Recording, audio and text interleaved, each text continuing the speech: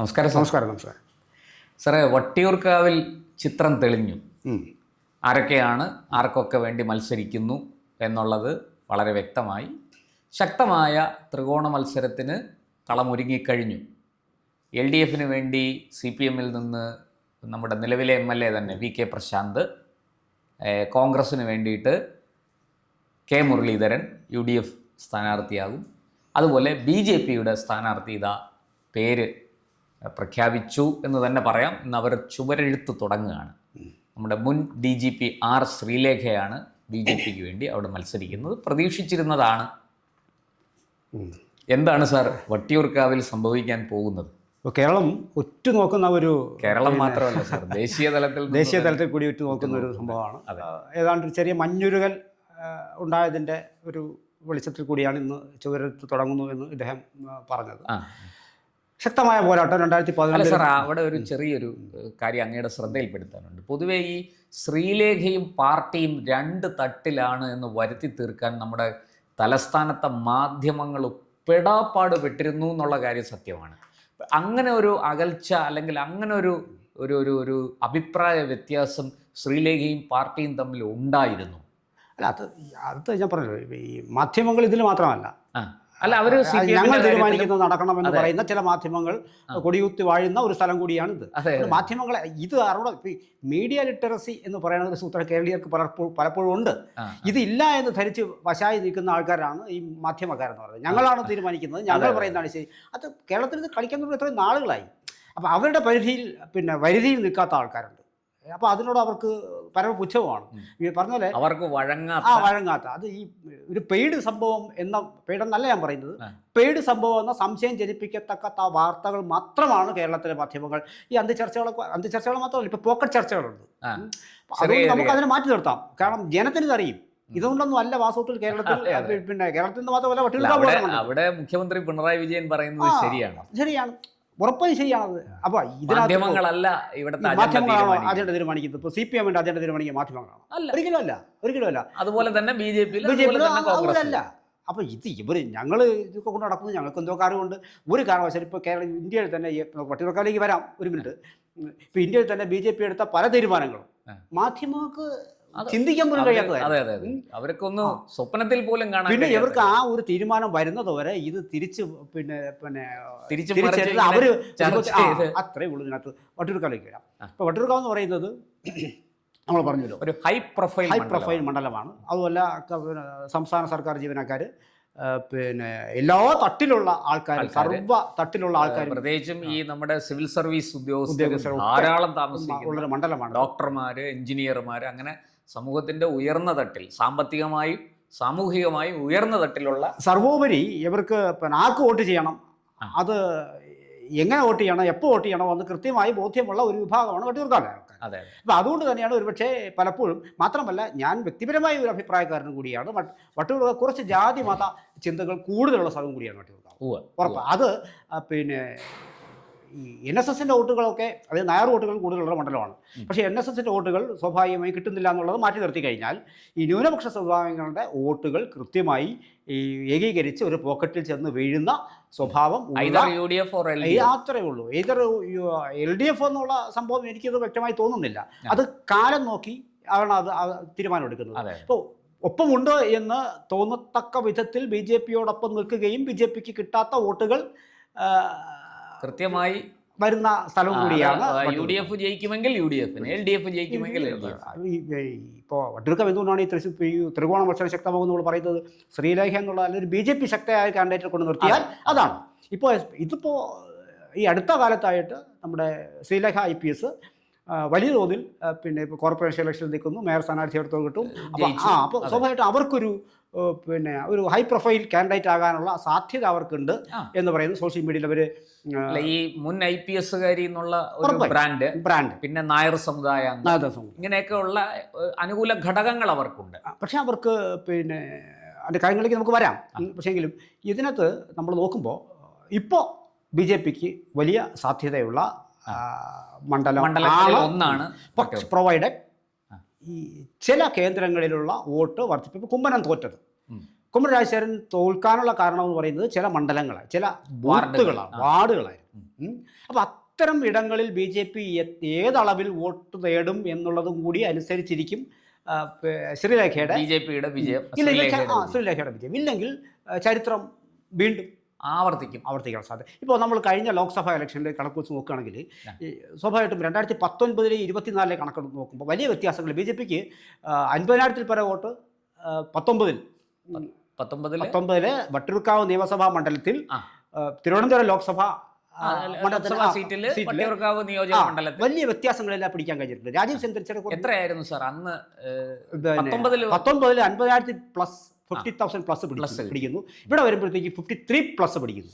രാജീവ് ചന്ദ്രശേഖർ അന്ന് പിടിച്ചതിനേക്കാൾ ഏതാണ്ട് ഒരു 2,000 വോട്ട് പിടിക്കുന്നു. പക്ഷേ ഇതിനിടയിൽ നടന്ന തെരഞ്ഞെടുപ്പ് കൂടി നമ്മൾ നോക്കണമല്ലോ. ഇതിനിടയിൽ നടന്ന തെരഞ്ഞെടുപ്പിൽ പിന്നെ പ്രശാന്ത് കൊണ്ടുപോവുകയാണ് ചെയ്തത്. ഉപതെരഞ്ഞെടുപ്പിലും അല്ലെങ്കിലും 11-ലും 16-ലും പിന്നെ മുരളീധരനാണ്. 11-ലും 16-ലും മുരളീധരനും പിന്നെ 19-ൽ ഇദ്ദേഹം പിന്നെ ബൈ ഇലക്ഷനിൽ കയറി വരുന്നു. പ്രശാന്ത് വീണ്ടും തന്നെയാണ് വീണ്ടും ജയിക്കുന്നത് 2021-ൽ. അപ്പോൾ അതിനകത്തൊരു ഭൂരിപക്ഷം നമ്മൾ നോക്കിക്കഴിഞ്ഞാൽ ഈ ഭൂരിപക്ഷം എന്താണ്, ഉപതെരഞ്ഞെടുപ്പിൽ കിട്ടിയതിനേക്കാൾ ഭൂരിപക്ഷം 21-ൽ കിട്ടിയിട്ടുണ്ട്. പക്ഷേ അതവിടെ നിൽക്കട്ടെ. 14,000 പരം പിന്നെ വോട്ടിൻ്റെ ഭൂരിപക്ഷത്തിൽ ആദ്യം ജയിക്കുന്നു. പിന്നെ അത് 21,000 ചെല്ലുവാനായി മാറുന്നു. അന്ന് ഈ ആദ്യം വന്ന് നിൽക്കുമ്പോൾ മേയർ ബ്രോ എന്ന് പറയുന്ന ഒരു ബ്രാൻഡൊക്കെ യുവാക്കൾ എമ്പാടും പിന്നാലെ ഉണ്ടായിരുന്നു. പക്ഷെ പിന്നീട് 2 വർഷം സ്വാഭാവികമായിട്ടും 2 ടേം ഫുള്ളാണെന്ന് പറയുന്നില്ല, ഇത് 2 തവണ ജയിച്ചു വരുമ്പോൾ ഇദ്ദേഹത്തിന് ഒരുപാട് വിഷയങ്ങൾ ഇപ്പോൾ സത്യത്തിൽ മണ്ഡലത്തിലുണ്ട്. അല്ല സാർ, കേരളത്തിൽ മൊത്തം അലയടിക്കുന്ന ഒരു ഭരണവിരുദ്ധ വികാരം തീർച്ചയായിട്ടും ഏറ്റവും നന്നായി പ്രതിഫലിക്കുന്ന മണ്ഡലങ്ങളിൽ ഒന്നായിരിക്കും വട്ടിയൂർക്കാവ്. അങ്ങനെ അലയടിക്കേണ്ട മണ്ഡലമാണത്, സ്വാഭാവികമായതാണ്. അതാണ് ഞാൻ പറഞ്ഞത്. ഈ സർക്കാർ ഉദ്യോഗസ്ഥർ തീർച്ചയായിട്ടും അസംതൃപ്തരാണ്. അവരിപ്പോൾ DA കുടിശ്ശികയൊക്കെ തീർക്കാനുള്ള നടപടിയൊക്കെ എടുത്തെങ്കിലും ആത്യന്തികമായിട്ട് അവർ അസംതൃപ്തരാണ്. പക്ഷേ ആ അസംതൃപ്തിക്ക് മുകളിൽ കൂടി പറക്കാവുന്ന ചില ജാതി മത ചിന്തകൾ ഉണ്ടെങ്കിൽ അതിന് വഴങ്ങുന്ന ബൂത്തുകൾ ഇവിടെ ഉണ്ട്. അതാണ് ഞാൻ പറഞ്ഞത്. വളരെ കൃത്യമായിട്ട് തന്നെയാണ് ഞാനിത് സംസാരിക്കുന്നത്. അതായത് ധ്രുവീകരണ സ്വഭാവമുള്ള, ഉറപ്പായും മത ധ്രുവീകരണ സ്വഭാവമുള്ള, ജാതി ധ്രുവീകരണ സ്വഭാവമുള്ള ഒരു മണ്ഡലമാണ് വട്ടിയൂർക്കാവ്. മണ്ഡലമാണ് അത്. നമ്മൾ എത്ര പറഞ്ഞാലും നിങ്ങൾക്ക് അത് ചിലപ്പോൾ അത് പിന്നെ ബോധ്യപ്പെടില്ല. പക്ഷേ ഉള്ളിൻ്റെ ഉള്ളിൽ ഇതൊരു അടിയൊഴുക്ക് ഇത്. അതായത് നിങ്ങളിലേക്ക് എത്തും ഈ വോട്ടുകളെന്ന് നിങ്ങളെ ബോധ്യപ്പെടുത്തുകയും എന്നാൽ നിങ്ങളിലേക്ക് എത്താതിരിക്കുകയും ചെയ്യുന്ന പ്രവണതകൾ ഉള്ള സ്ഥലമാണ്. അത് കിട്ടിയെന്ന് പറയാൻ പറ്റും. BJP വലിയ തോതിൽ ഈ കേക്ക് രാഷ്ട്രീയം കളിക്കുകയും പിന്നെ ഈ സഭയുടെ പിന്നാലെ പോവുകയും ഒക്കെ ചെയ്തിട്ടുണ്ട്. ഈ വോട്ടുകൾ ഞങ്ങൾക്ക് കിട്ടും എന്ന് പറയുന്നു. ഒരു പക്ഷേ അത്തരം ഇപ്പോൾ ശശി തരൂർ ലോക്സഭയിൽ ജയിക്കുമ്പോൾ ചില വിഴിഞ്ഞം ഏരിയയിലൊക്കെ ചില വോട്ടുകൾ നമ്മൾ കാണാറുണ്ട്. അതിനോട് കിടപിടിക്കുന്ന രീതിയിലുള്ള ചില ബൂത്തുകൾ ഇവിടെയുണ്ട്. ആ ബൂത്തുകൾ എപ്രകാരം BJP ഇപ്പോൾ കൈകാര്യം ചെയ്യുമെന്നൊന്നും അത് വേണം നിങ്ങൾ ആദ്യം ഉറപ്പിക്കാൻ. മറിച്ചാണെങ്കിൽ BJPക്ക് സാധ്യത ഉണ്ട്. നമുക്കിപ്പോൾ സാധ്യതകൾ ചൊല്ലിയല്ല നമ്മൾ ഈ പറയുന്നത്. പക്ഷേ എന്നിരുന്നാൽ കൂടിയും ഇത്തരം പോക്കറ്റ്സിനെ വളരെ കൃത്യമായി അഡ്രസ്സ് ചെയ്യാൻ കഴിഞ്ഞില്ല എങ്കിൽ ചരിത്രം വീണ്ടും ആവർത്തിക്കും. ഇതാണ്. പക്ഷേ സാർ, ഞാൻ മറ്റൊരു അങ്ങ് ഈ പറഞ്ഞതിൻ്റെ അടിസ്ഥാനത്തിൽ ഈ കാര്യങ്ങളുടെ ഒരു മറുവശം പറയുകയാണ്. RSSന് ശക്തമായി വേരോട്ടമുള്ള ഒരു നിയോജക മണ്ഡലമാണ് വട്ടിയൂർക്കാവ്. അത് ഇന്നും ഇന്നലെയോ അങ്ങനെയല്ല. നേരത്തെ ഇത് തിരുവനന്തപുരം ഈസ്റ്റ് ആയിരുന്നപ്പോഴും RSSന് വലിയ രീതിയിൽ അവിടെ സ്വാധീനമുണ്ടായിരുന്നു. പണ്ട് രാമപിള്ള സാറൊക്കെ മത്സരിച്ച, കുമ്മനം രാജശേഖരൻ തന്നെ മുമ്പ് മത്സരിച്ചിട്ടുണ്ട്. പഴയ വട്ടിയൂർക്കാവിന് പിന്നെ G. കാർത്തികേയൻ, M. വിജയകുമാർ, അതെ, ഇവരെല്ലാം മത്സരിച്ചിട്ടുണ്ട്. പിന്നെ കോൺഗ്രസിന്റെ B. വിജയകുമാർ സ്ഥിരമായി ജയിച്ചു വന്നിരുന്ന. B. വിജയകുമാർ ഒരു മികച്ച നേതാവ് അല്ലായിരുന്നു എന്ന അഭിപ്രായം കോൺഗ്രസ്സുകാർക്ക് പോലും ഉണ്ട്. B. വിജയകുമാർ അല്ല, M. വിജയകുമാർ അല്ല സാർ, കോൺഗ്രസിന്റെ അദ്ദേഹം പിന്നീട് മരിച്ചുപോയി. അദ്ദേഹം തോൽക്കുമെന്ന് വിചാരിച്ച് നിന്ന ഒരു കാലത്ത് അദ്ദേഹം അവിടെ വിജയിച്ചു വന്നാണ്. അതായത് 91-ലെ രാജീവ് ഗാന്ധി അസാസിനേഷൻ കഴിഞ്ഞ ആ കാലത്ത്. അപ്പം ഞാൻ പറയുന്നത് ആ മണ്ഡലത്തിൽ വളരെ പണ്ട് മുതലേ RSSന് ശക്തമായ വേരോട്ടമുണ്ട്. നിയമം പോലെ തന്നെ RSSന് ശക്തമായ സ്വാധീനമുള്ള ഒരു മണ്ഡലമാണ് സർ. അങ്ങനെ ഈ RSSന് ശക്തമായി വേരോട്ടമുള്ള ഒരു മണ്ഡലത്തിൽ തീർച്ചയായിട്ടും BJPക്ക് ഒരു വിജയപ്രതീക്ഷ വെച്ച് പുലർത്തിക്കൂടെ? കാരണം മുരളീധരൻ വളരെ കൃത്യമായിട്ട് നേമത്ത് കഴിഞ്ഞ തവണ മത്സരിച്ചു കുമ്മനം രാജശേഖരനെ തോൽപ്പിച്ചു എന്നുള്ള ഒരു ഘടകം അവിടെ നിലനിൽക്കുകയാണ്. അങ്ങനെ ഒരു ചിന്ത നിലനിൽക്കുകയാണ്. അതുകൊണ്ട് തന്നെ അദ്ദേഹത്തിന് വലിയ ഭയമുണ്ട് RSSകാർ എങ്ങനെയും എന്നെ തോൽപ്പിക്കും. ഇപ്പോൾ അതിശക്തമായ ഭരണവിരുദ്ധ വികാരമുണ്ട്. അപ്പോൾ ആ ഇടതുപക്ഷത്തിൻ്റെ വോട്ട് തീർച്ചയായിട്ടും ഇടതുപക്ഷത്തേക്ക് പോകുമായിരുന്ന വോട്ട് ഒരു BJPയുടെ വിജയസാധ്യത കൂടിക്കൂടി വരുന്നതനുസരിച്ച് കോൺഗ്രസിലേക്ക് പോകുന്നതിന് പകരം BJPയിലേക്ക് വരാനല്ലേ സാധ്യത? നിങ്ങളൊരു കാര്യം മനസ്സിലാക്കണം. ഇതിനകത്ത് ഞാൻ അത് പറയേണ്ടി വരുന്നതിൽ ഖേദമുണ്ട്. അല്ല, അത് പക്ഷേ അതിനകത്ത് ഒരു വിഷയം എന്ന് പറയുന്നത് RSSന് ഇവിടെ മേൽക്കൈ ഉള്ള ഒരു മണ്ഡലം ആയതുകൊണ്ട് തന്നെയാണ് ഞാൻ വീണ്ടും പറയുന്നത്, പരസ്യമായി RSSൻ്റെ ചെയ്തികളെ ന്യായീകരിക്കുമെന്ന് തോന്നുന്ന ഒരു നിലപാടെടുക്കുമെങ്കിലും RSSുമായി കൃത്യമായ അകലം പാലിക്കാൻ ആഗ്രഹിക്കുന്ന ഒരു വിഭാഗം ഉറപ്പായും ഈ മണ്ഡലത്തിൽ പ്രവർത്തിക്കുന്നുണ്ട്. സാറ് പറയുന്നത് വളരെ കൃത്യമായിട്ട് ക്രിസ്ത്യൻ വോട്ട് അത് പ്രവർത്തിക്കുന്നുണ്ട്. നിങ്ങൾ ശ്രദ്ധിച്ചോളൂ, അവിടെ ഇപ്പം മുരളീധരൻ വരികയാണെങ്കിൽ ഞാൻ ഉറപ്പ് പറയുന്നു മുരളീധരനിലേക്ക് തന്നെയായിരിക്കും ഈ വോട്ടുകൾ ചെന്ന് കുമിഞ്ഞു കൂടുന്നത്. അത് മറിച്ചൊരു സംഭവം ചിന്തിച്ചിട്ടോ ആഗ്രഹിച്ചിട്ടോ കാര്യമില്ല. ഇവിടെ ഈ മുരളീധരനെ സംബന്ധിച്ചിട്ട് ആദ്യം 16,000 ചില്ലുവാന വോട്ടിനാണ് അദ്ദേഹം ജയിക്കുന്നത്. രണ്ടാമത് 7,622 വോട്ടുകൾക്കാണ് ജയിക്കുന്നത്. അവിടെയാണ് ഈ വോട്ടുകൾ ലേശം ഇടതുപക്ഷത്തേക്ക് പോകുന്നത്. അതിൻ്റെ രാഷ്ട്രീയ കാലാവസ്ഥയും കൂടി അന്നുണ്ടായിരുന്നു. പിന്നീട് അത് മൊത്തം പ്രശാന്തിലേക്ക് തന്നെ സ്വീകരിക്കുന്ന കാഴ്ചയുണ്ട്. അതിലും ജാതി മത സമവാക്യങ്ങളോടെ കളിച്ചിരുന്നു. അത് ഈവൻ ഈ നായർ വോട്ടുകളെല്ലാം അദ്ദേഹത്തിലേക്ക് ചെന്നു എന്നുള്ളത് സത്യം തന്നെയാണ്. പക്ഷേ ഈ മേൽപ്പറഞ്ഞ വിഭാഗം വളരെ കൃത്യമായി വളരെ ആക്റ്റീവാണ് ഈ മണ്ഡലത്തിൽ.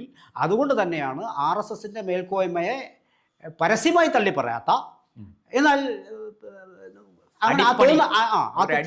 അത് ഞാൻ ഉറപ്പ് പറയുന്നു, വീണ്ടും വീണ്ടും ആവർത്തിക്കുന്നു, അത് മറികടക്കാനുള്ള സംവിധാനങ്ങൾ ഉണ്ടെങ്കിൽ മാത്രമേ മുരളീധരനെ തോൽപ്പിച്ച് ഇവിടെ ഇത് കൃത്യമായി അറിയാവുന്ന ആളാണ് മുരളീധരൻ.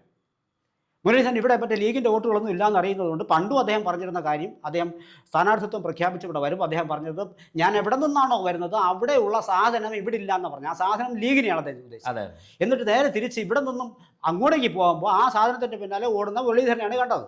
ഇത് ഇവിടുത്തെ ഈ മീഡിയ ലിറ്ററസി ഉണ്ട് എന്ന് അവകാശപ്പെടുന്ന വട്ടിയൂർക്കാവിലെ ആൾക്കാർക്ക് ഭംഗിയായിട്ട് അറിയാം. പക്ഷേ എന്നിരുന്നാൽ കൂടിയും മുരളീധരനിലേക്ക് വോട്ട് സ്വരൂപിക്കുന്ന ഏകോപിപ്പിക്കാൻ കഴിവുള്ള ഞാൻ നേരത്തെ പറഞ്ഞ വിഭാഗം വളരെ കൃത്യമായി ആ വോട്ടിലേക്ക് മാറി. അപ്പം അവിടെ നമ്മൾ വളരെ സിമ്പിളാണിത്. അതെങ്ങനെ മറികടക്കാൻ കഴിയും എന്ന് വെച്ചാൽ, ഇല്ലെങ്കിൽ അതത്ര ഇപ്പോൾ ഒരു 10,000 വോട്ടുകളാണ് അത് ഉണ്ടെങ്കിൽ ആ 10,000 എങ്ങനെ നിങ്ങൾക്ക് മറികടക്കാൻ കഴിയും എന്നുള്ളത് നോക്കുക. കോൺഗ്രസ് വോട്ടുകൾ എവിടെ നിന്നൊക്കെ തിരിച്ച് ഇങ്ങോട്ടേക്ക് കൊണ്ടുവരാൻ കഴിയുമെന്ന് BJP നോക്കുക. അത് അവിടെ അല്ലെങ്കിൽ ഈ LDFലേക്ക് പോകുന്ന കുറേ അധികം വോട്ടുകളുണ്ട്. അതിനെ എങ്ങനെ തങ്ങളുടെ പോക്കറ്റിലേക്ക് കൊണ്ടുവരാൻ ഇതേപോലെ തന്നെ LDF ചിന്തിക്കുന്നത് ഉറപ്പായും ഇദ്ദേഹത്തിന്. സാർ, അങ്ങനെയെങ്കിൽ ഞാൻ ചോദിക്കുന്ന ഈ BJPക്കും RSSനും അപ്പുറത്തേക്ക് ഈ മുൻ DGP R ശ്രീലേഖ എന്ന വ്യക്തിത്വത്തിന് അവിടെ ഒരു പരിഗണന കിട്ടില്ല. അല്ല, അങ്ങനെ എന്തെങ്കിലും കിട്ടാതെ കാര്യങ്ങൾ നടക്കില്ല എന്നാണ് ഈ പറഞ്ഞു വരുന്നത്. സ്വാഭാവികമായിട്ടും ശാസ്തമംഗലം മണ്ഡലത്തിൽ പഴയ ഈസ്റ്റ്, അപ്പോൾ ശാസ്തമംഗലത്തിൽ ഇപ്പോൾ പ്രതീക്ഷിച്ചതിൽ വലിയ വിജയമാണ് ശ്രീലേഖ IPS നേടാൻ കഴിഞ്ഞത്. അപ്പോൾ അത്തരത്തിൽ ഉള്ള ഇപ്പോൾ സർവീസിലൊക്കെ ഇരുന്ന ഒരു ലേഡിയാണ്. ആൾക്കാർക്ക് ഒരു ഹൈ പ്രൊഫൈൽ പിന്നെ ജോലിയിൽ നിന്ന് ഇറങ്ങി വരുന്ന ഒരാളാണ്. അപ്പോൾ അത്തരത്തിലുള്ളവർക്ക് ഒരു സ്വാധീനം ചെലുത്താൻ ജാതി മത ഇത്തരം സമവാക്യങ്ങൾക്ക് ഉപരിയായി അവർക്ക് ഇടാൻ കഴിയുമെങ്കിൽ ശ്രീലേഖ IPS എന്ന് പറയുന്ന വനിതയ്ക്ക് സ്വന്തമായി പിടിക്കാൻ കഴിയുന്ന ഇതിനൊക്കെ ഞാൻ ഈ പറഞ്ഞതിനൊക്കെ ഉപരിയായി ചില വോട്ടുകൾ പിടിക്കാൻ പറ്റുമായിരിക്കും. അങ്ങനെ ആ വോട്ടുകളൊക്കെ ക്രൂഷ്യലാവും. അത് പിടിക്കാൻ കഴിയുമെങ്കിൽ സ്വാഭാവികമായും ഇവിടെ ഉണ്ടാവും. പിന്നെ ശ്രീലേഖയും പിന്നെ മാധ്യമങ്ങളൊന്നും അതിനകത്ത് ഇടപെട്ടതല്ല. ശ്രീലേഖ കൃത്യമായി തന്നെ ഒരു ഇടപെടൽ പ്രശാന്തിൻ്റെ ഓഫീസുമായി ബന്ധപ്പെട്ടിട്ട് അതൊക്കെ പബ്ലിക് എല്ലാം മനസ്സിലാക്കി അത് നടന്നു. അപ്പോൾ ഇവർ താഴേക്ക് ഇറങ്ങി വന്നാണ് ആ യുദ്ധത്തിൽ പിന്നെ തിരികൊളുത്തിയത്. അപ്പോൾ അത്തരത്തിലുള്ള ഇടപെടലിന് ഇനിയും ശ്രീലേഖ ആള് ചില്ലറക്കാരി അല്ല, കൃത്യമായി രാഷ്ട്രീയം അറിയുന്ന ആളാണ്. ഇവർക്ക് ഒത്ത എതിരാളി തന്നെയാണ്, അതിലൊന്നും സംശയം. അപ്പം അത് ഇത്തരം ഇടപെടലുകളും നാളെയും ശ്രീലേഖ മുന്നിൽ ഉണ്ടാകുമെന്ന തോന്നൽ വരുത്തുമ്പോൾ ഒറ്റ ചോദ്യം കൂടി. 2016 സാഹചര്യമല്ല 26. 2016 BJPക്ക് വട്ടിയൂർക്കാവിൽ നേടിയിരുന്ന വാർഡുകളുടെ എണ്ണം അല്ല ഇപ്പോൾ. ഏതാണ്ട് 10-ലധികം, ഏതാണ്ട് 12 വാർഡുകൾ വട്ടിയൂർക്കാവിൽ വിജയിച്ചു കഴിഞ്ഞു. അപ്പോൾ ആ 12 വാർഡ് തീർച്ചയായിട്ടും BJPക്ക് അനുകൂലമായി ചിന്തിക്കുമെന്ന് നമുക്ക് കരുതാം. 100% സാഹചര്യം മാറി ഉറപ്പായി. എങ്കിലും BJPക്ക് ഈ ജയിച്ച 12 സ്ഥലത്ത് തീർച്ചയായിട്ടും BJPക്ക് അനുകൂലമായിട്ട് അവർ വോട്ട് ചെയ്യുമെന്ന് തന്നെ നമുക്ക് ഒരു മുൻവിധി വേണമെങ്കിൽ വയ്ക്കാം. അങ്ങനെയെങ്കിൽ അവിടെ വാസ്തവത്തിൽ മത്സരം BJPയും കോൺഗ്രസും തമ്മിലല്ലേ, കെ മുരളീധരനും തമ്മിലല്ലേ? പക്ഷേ അത് നമ്മൾ പിന്നെ ഈ പറഞ്ഞ ചോദ്യത്തിന് ഉത്തരവെന്ന് പറയുന്നത് ലോക്കൽ ബോഡി ഇലക്ഷൻസ് ഇപ്പോൾ കഴിഞ്ഞ ലോക്കൽ ബോഡി ഇലക്ഷൻ, ഈ ലോക്കൽ ബോഡി ഇലക്ഷനിൽ സ്വാഭാവികമായിട്ടും 32+ ആണ് കോൺഗ്രസിന് പിടിക്കാൻ കഴിയുന്നത്. LDFനെ സംബന്ധിച്ച് 35+ പിടിച്ചു, BJPയെ സംബന്ധിച്ച് 38+ പിടിച്ചു. അപ്പോൾ BJPക്ക് ഇവിടെ സ്വാഭാവികമായിട്ട് ഒരു സാധ്യതയുള്ള സ്ഥലമാണെന്ന് കഴിഞ്ഞ തെരഞ്ഞെടുപ്പ് തെളിയിച്ചിട്ടുണ്ട്, ലോക്കൽ ബോഡി ഇലക്ഷൻ. അപ്പോൾ ഞാൻ പറഞ്ഞു ഇതിനെ ഒന്ന് കൃത്യമായി തട്ടിൽ BJP വളരെ സ്ട്രോങ് ആണ്. ഇതിൽ നിന്നൊരു ചോർച്ച ഉണ്ടാകാതെ ശ്രമിക്കും, ഇവിടെ നിന്ന് ഇനി മുന്നോട്ട് കൊണ്ടുപോവുക. ശ്രീലേഖയ്ക്ക് വ്യക്തിപരമായി നേടാൻ കഴിയുന്ന വോട്ടുകൾ ശ്രീലേഖ പിടിക്കുക. ഞാൻ നേരത്തെ പറഞ്ഞ ഒരു വിഭാഗത്തിന്റെ വോട്ടുകൾ കുറച്ചെങ്കിലും ശതമാനമെങ്കിലും സ്പ്ലിറ്റ് വരുത്തി ഒരു ചെറിയ ശതമാനം സംഭവിക്കുക. ഇത്തരം കാര്യങ്ങൾ സംഭവിച്ചില്ല എങ്കിൽ ചരിത്രം ആവർത്തിക്കുമെന്നാണ് ഞാൻ പറഞ്ഞത്. ഇല്ലെങ്കിൽ അത് അനുകൂലമായി. എന്തായാലും 2016 കൂടുതൽ സാധ്യത 2026 താമര വിരിയാൻ വട്ടിയൂർക്കാവിലുണ്ട്, സാധ്യതയുണ്ട്.